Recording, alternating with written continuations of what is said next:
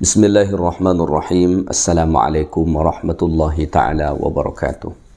Alhamdulillah wassalatu wassalamu ala rasulillah wa ala alihi wa sahbihi wa man tabi'ahu wa nasarahu wa man walah wa la hawla wa la quwwata illa billah. Allahumma faqihna fid din wa 'allimna at-ta'wil.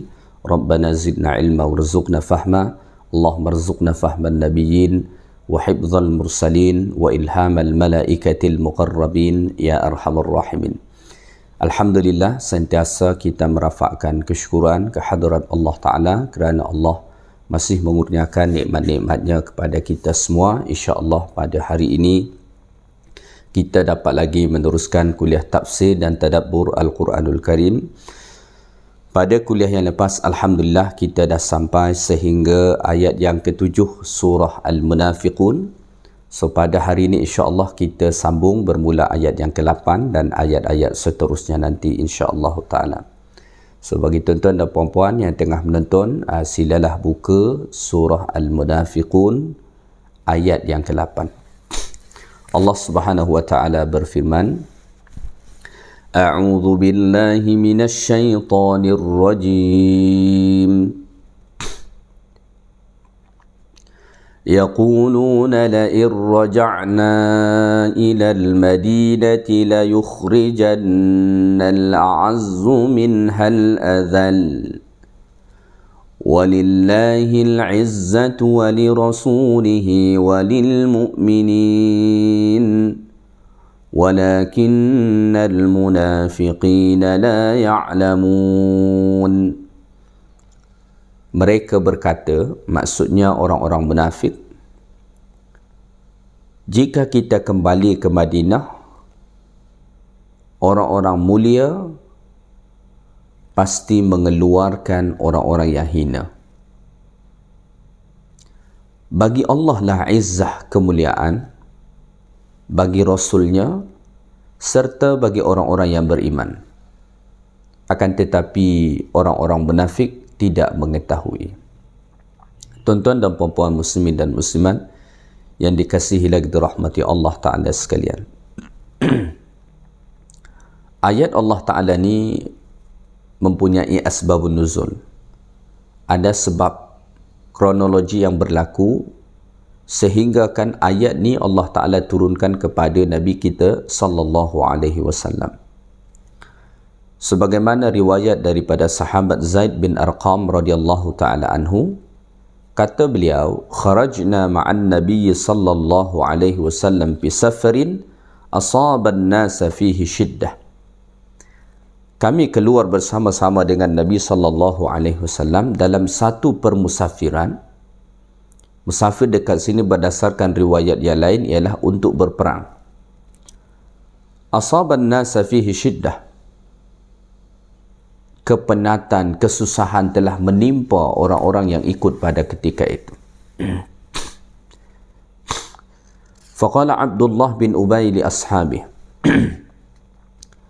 Maka berkatalah Abdullah bin Ubay bin Salul, tokoh munafik, kepada kawan-kawannya, kepada sahabat-sahabatnya, kepada geng dia.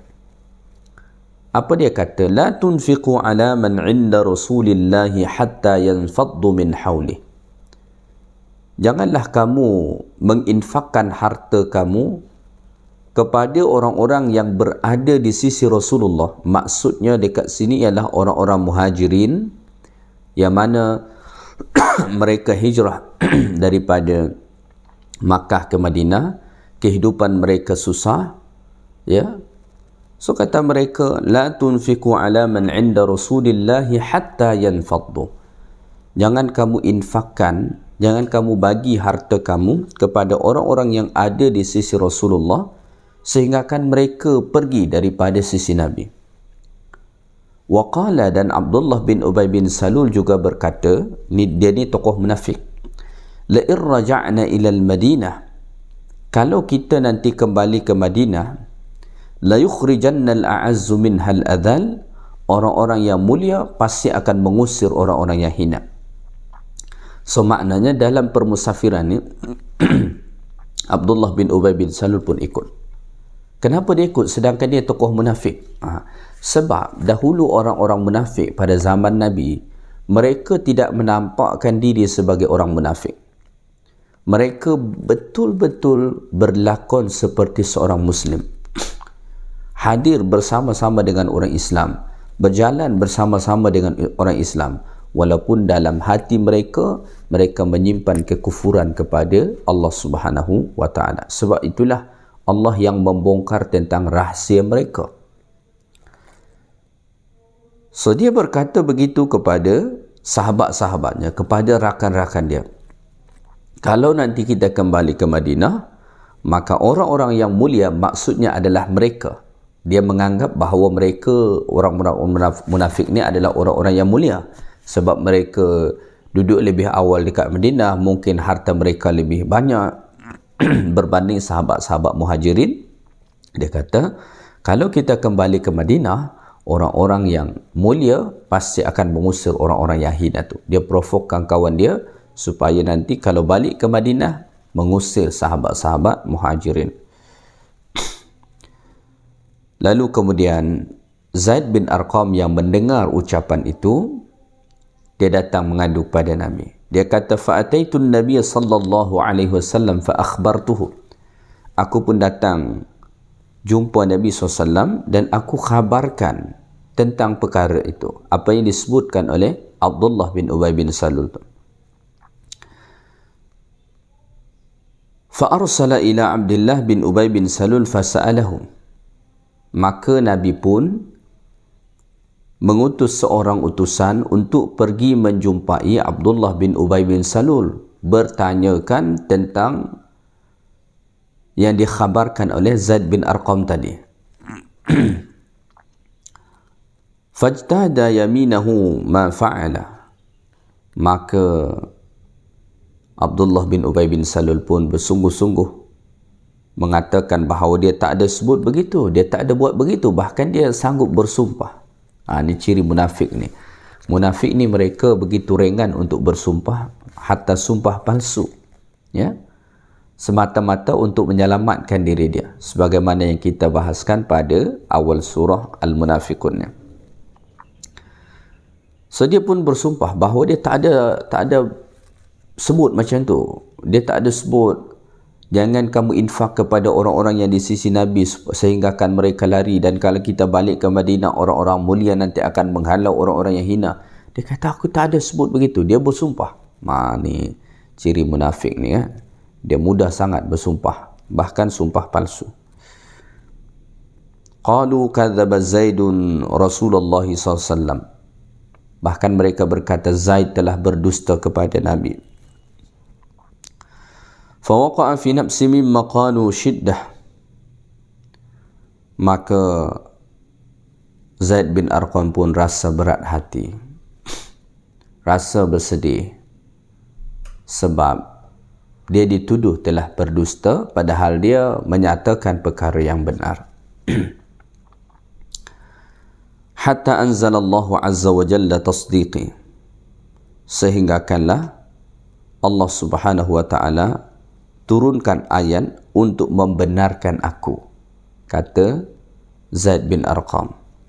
Maka disebut di dalam riwayat, ya, selepas Allah Ta'ala menurunkan ayat ni kepada Rasulullah sallallahu alaihi wasallam, Nabi panggil balik Zaid bin Arqam, ya, dalam satu riwayat melalui bapa saudara Nabi, bapa saudara Zaid bin Arqam, dan Nabi memberitahu bahawa Allah telah membenarkan Zaid bin Arqam dan menyatakan Abdullah bin Ubay bin Salul yang berdusta. Ya. Ada satu pengajaran bagi kita dekat sini. Syabun saghirun saddaqahullahu minas sama'. Ya. Seorang pemuda belia pada masa itu telah dibenarkan Allah Ta'ala daripada langit, dengan menurunkan firman Allah daripada langit untuk menyatakan bahawa Zaid bin Arqam lah yang benar, manakala Abdullah bin Ubay bin Salul adalah berdusta. Ya. Maka pengajaran bagi kita, qulil haqiqah mahma kunta da'ifan. Rabbul kauni wal haqiqatu ma'ak.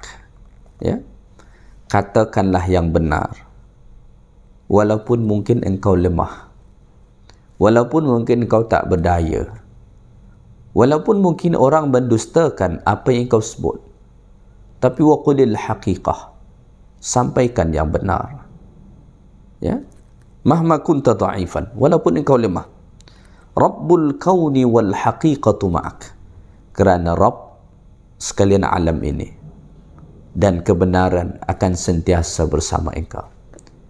Lihat bagaimana Zaid bin Arqam ketika mana dia menyampaikan yang benar, lalu Nabi pun cuba cek kepada sumber kata aku tak ada sebut begitu, maka dituduhlah, dikatakanlah Zaid bin Arqam ini telah berdusta, mengada-ngada, menyebutkan statement yang tak ada pun orang bagi tahu begitu.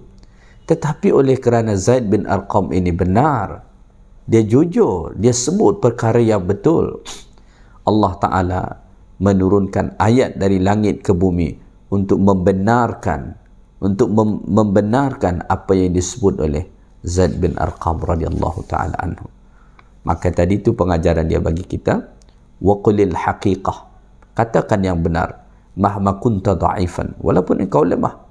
Rabbul kauni wal haqiqatu ma'ak, kerana Rabb sekalian alam ini akan sentiasa bersamamu, begitu juga dengan kebenaran. Rabb sekalian alam dan kebenaran akan sentiasa bersama engkau. Ya. Baik, so ini tekad daripada orang-orang munafik. Allah Ta'ala sebutnya, yaquluna la irraja'na ilal Madinah, mereka kata kalau kita kembali ke Madinah dari permusafiran ini, daripada perjalanan ini, la yukhrijanna al-a'azzu minhal adhal. Ya, orang-orang mulia pasti akan mengusir orang-orang yang hina. Maksud al-a'azz dekat sini, maksud dia ialah mereka, orang munafik. Manakala yang hina menurut dia adalah orang-orang mukmin. Tapi orang-orang munafik ni mereka salah. Dia tidak betul. Dia ingat bahawa mereka lah orang-orang yang mulia, padahal sesungguhnya mereka lah orang-orang yang hina. Mereka lah orang-orang yang hina. Maka Allah Ta'ala jawab, izzah itu tak ada bagi kamu, kemuliaan itu tak ada bagi kamu. Maka kata Allah, walillahil izzatu walirasulihi walil mu'minin. Dan izzah itu, kemuliaan itu, ya, ketinggian itu ada bagi Allah, ada pada Rasulnya, dan ada pada orang-orang yang beriman. Sedangkan kamu munafik, kamu tak ada izzah. Ya, kamu orang-orang munafik, kamu tak ada izzah. Maka mereka salah. Mereka ingat mereka lah orang yang ada izzah, ada kemuliaan, ada ketinggian, padahal tak ada bagi mereka. Kerana izzah hanya ada pada Allah, wali rasulihi, ada pada Rasulnya, walil mu'minin, dan ada pada orang-orang yang beriman. Daripada sini kita belajar bahawa izzah itu hanya dapat kita capai dengan beriman kepada Allah Ta'ala. Izzah kita tidak akan pernah capai dengan mengumpul harta yang banyak. Izzah tidak akan pernah kita capai dengan jawatan yang tinggi. Hakikat izzah dicapai hanya dengan keimanan kepada Allah Subhanahu wa Ta'ala. Maka dalam surah Ali Imran, ketika mana Allah menceritakan peristiwa selepas kekalahan dalam peperangan Uhud, Allah Ta'ala bagi tahu kepada orang-orang yang beriman, kata Allah, wala tahinu wala tahzanu wa antumul a'launa in kuntum mu'minin. Kata Allah, jangan kamu merasa lemah diri, lemah pada fizikal, wala tahzanu, dan jangan kamu bersedih hati, ya, Jangan kamu menjadi lemah dan bersedih hati kerana mengalami kekalahan daripada orang-orang musyrik dalam peperangan Uhud. Kenapa tak boleh kita merasa lemah, merasa sedih hati ketika mana berhadapan dengan musuh-musuh agama Allah? Wa antumul a'laun, kerana kedudukan kamu jauh paling tinggi, kata Allah. Darjat kamu adalah lebih tinggi daripada mereka. Kenapa darjat mereka lebih tinggi? In kuntum mu'minin, jika kamu beriman. Walaupun orang-orang beriman kalah dalam peperangan Uhud, tetapi darjat mereka tidak jatuh. Keagungan mereka tak runtuh. Kemuliaan mereka tak hilang. Kenapa? Kerana Allah tidak meletakkan kemuliaan kita pada kemenangan. Allah tidak meletakkan kemuliaan kita pada tumpukan harta. Allah tidak meletakkan kemuliaan kita pada jawatan, kuasa yang kita ada. Tapi izzah itu Allah letak lil mu'minin, bagi orang-orang yang beriman. Maka selagi mana ada iman di dalam diri kita, kalah menang kita adalah mulia. Selagi mana ada iman di dalam diri kita, ya, berharta atau tidak, kita adalah mulia. Selagi mana ada iman di dalam diri kita, kita sedang berada di negeri sendiri atau di negeri orang lain, atau di mana sahaja kita di atas muka bumi Allah Ta'ala ni, kita mulia. Kerana kemuliaan, izzah itu ada pada iman. Maka pada ayat ni Allah Ta'ala sebut, walillahil izzatu wali rasulihi walil mu'minin. Izzah itu ada bagi Allah, Rasul serta orang-orang yang beriman. Manakala mereka orang-orang yang munafik, yang mendakwa diri bahawa mereka adalah al-a'az, orang-orang yang mulia, itu tidak betul. Mereka bukan orang-orang yang ada izzah, kerana tidak ada iman di dalam diri mereka. Maka hebat macam mana pun seseorang, besar mana pun kuasa dia, banyak mana pun harta yang dia miliki, menang macam mana pun dia, maka mereka adalah orang-orang yang hina.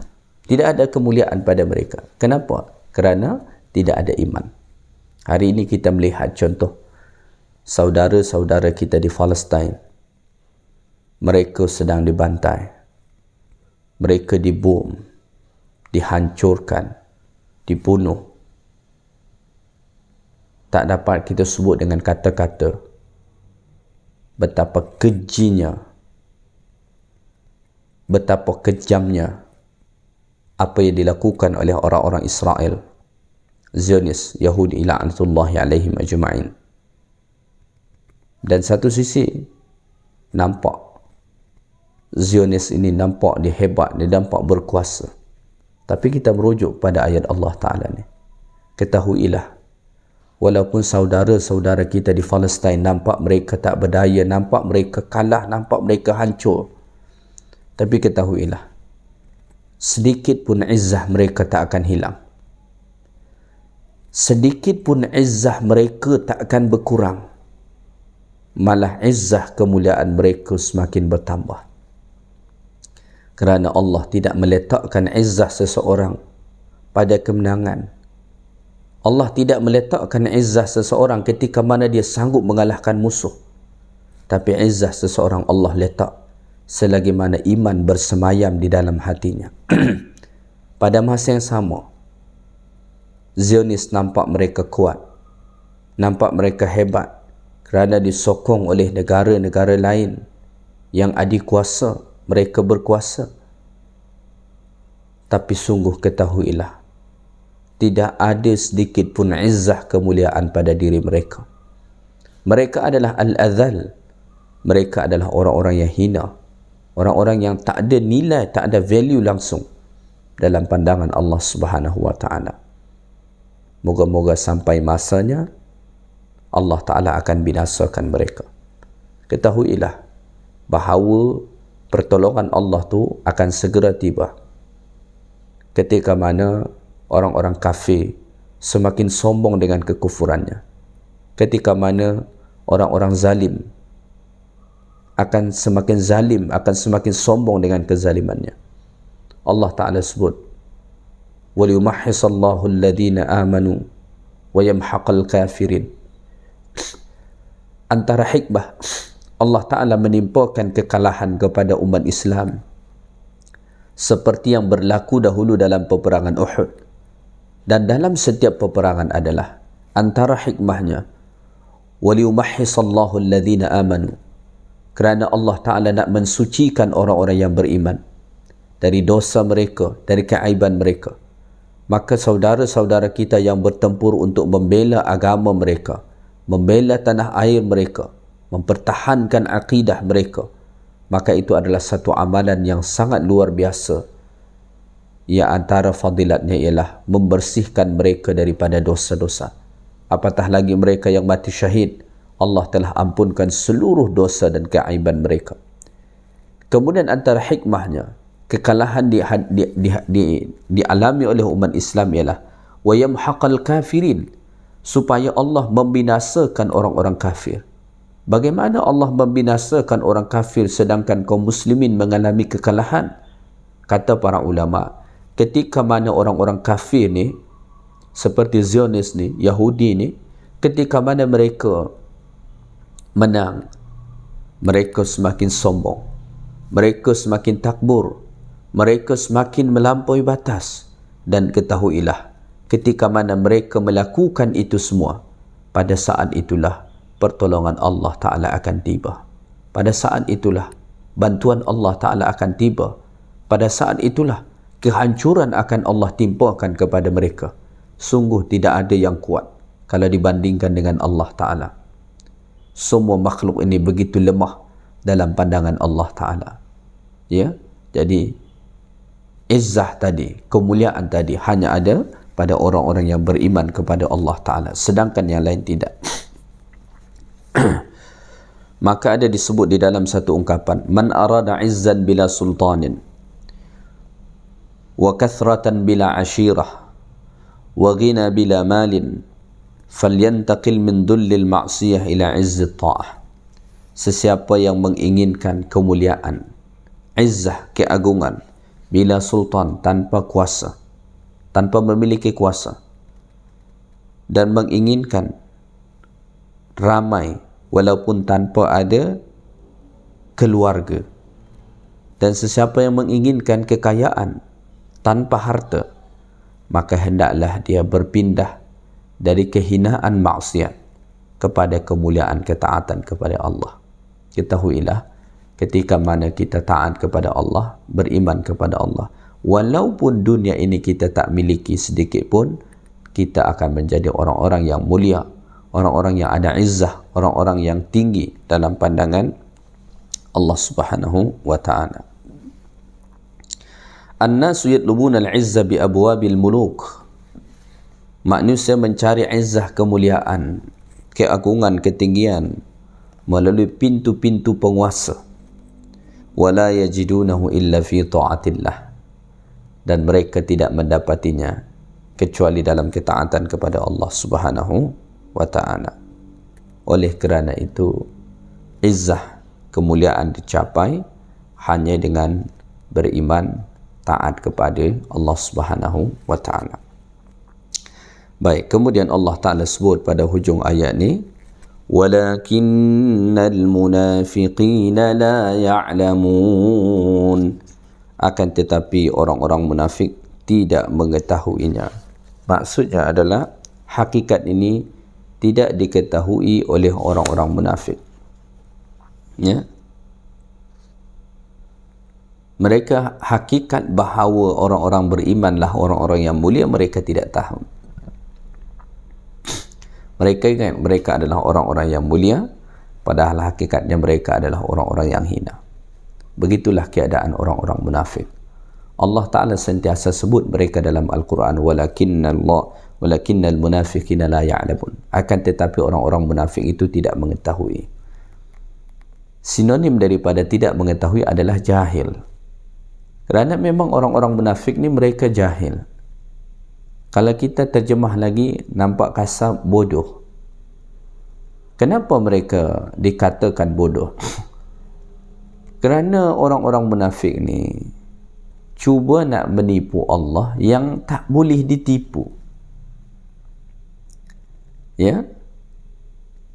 Dan mereka suka salah, sering salah dalam menyatakan hakikat sesuatu. Maka Allah Ta'ala sebut mereka ni adalah orang-orang bodoh, tak cerdik. Orang yang cerdik dia tahu bahawa kemuliaan, izzah itu hanya ada bagi Allah, Rasul serta orang-orang yang beriman, bukan bagi orang-orang munafik. Kerana orang-orang munafik ini, mereka adalah orang-orang yang hina dalam pandangan Allah dan hina dalam pandangan umat manusia. Baik, kita teruskan ayat yang ke-9. Allah Ta'ala berfirman, يا أيها الذين آمنوا لا تلهكم أموالكم ولا أولادكم عن ذكر الله ومن يفعل ذلك فأولئك هم الخاسرون.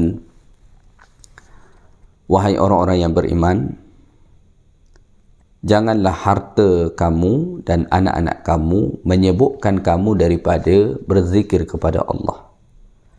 Dan sesiapa yang melakukannya demikian, maka mereka itulah orang-orang yang berugi. Ayat 9 sampai ayat terakhir nanti, ayat-ayat ni Allah khitabkan kepada orang-orang beriman.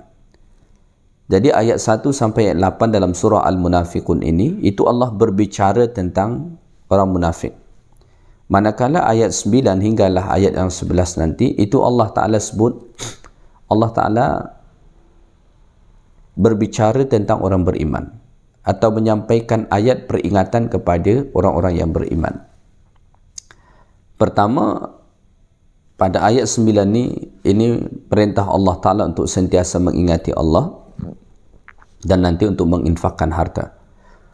Kenapa Allah Ta'ala datangkan ayat ni, peringatkan orang yang beriman dekat sini untuk sentiasa berzikir kepada Allah? Kerana orang-orang munafik yang Allah Ta'ala sebut pada ayat-ayat sebelum ni, mereka ni tak ada ingat Allah, mereka tak mahu berzikir kepada Allah. Maka Allah ingatkan dekat sini, kata Allah, ya ayyuhalladzina amanu la tulhikum, wahai orang-orang yang beriman, la tulhikum amwalukum wala auladukum an zikrillah, janganlah harta dan anak-anak kamu menyebabkan kamu sibuk daripada berzikir kepada Allah Subhanahu wa Ta'ala. Ada perkara yang menarik dekat sini sebelum kita dalami makna ayat Allah Ta'ala ni. Allah menggunakan la tulhikum, ilha, yang berarti sibuk, ya. Sedangkan dalam bahasa Arab itu, bahasa Arab sibuk itu syaghlun juga sibuk artinya. Kenapa pada ayat ni Allah tidak menyebutkan la tashghalkum, ya? Kenapa pada ayat ni Allah Ta'ala tidak sebut la tushghilkum, ya? Tapi Allah Ta'ala sebut la tulhikum. Kata para ulama begini, syaghlun yang berarti sibuk juga, itu boleh digunakan untuk sibuk yang baik dan sibuk yang buruk. Kesibukan ni kan ada yang baik, ada yang buruk. So itu digunakan kata syaghlun. Sedangkan ilha atau la tulhikum seperti pada ayat ni, itu menunjukkan kesibukan yang buruk, yang tak ada kebaikan padanya. Jadi Allah Ta'ala sebut la tulhikum amwalukum wala auladukum an zikrillah. Anak-anak, harta dan anak-anak kamu jangan menyibukkan kamu, artinya kesibukan yang tidak mendatangkan ketaatan pada Allah, an zikrillah. Jangan sampai mereka, harta dan anak-anak kamu menyibukkan kamu daripada berzikir kepada Allah Ta'ala. So melalui ayat ni, ya'muru ta'ala ibadahul mu'minin bil ikthari min dhikrihi. Allah Ta'ala perintahkan orang-orang beriman supaya memperbanyak zikir. Fa inna fi dhalika ar-ribh wal falah wal khiratil kathirah. Kerana dalam berzikir kepada Allah Ta'ala tu terdapat keuntungan, kejayaan serta kebaikan yang banyak. Ya.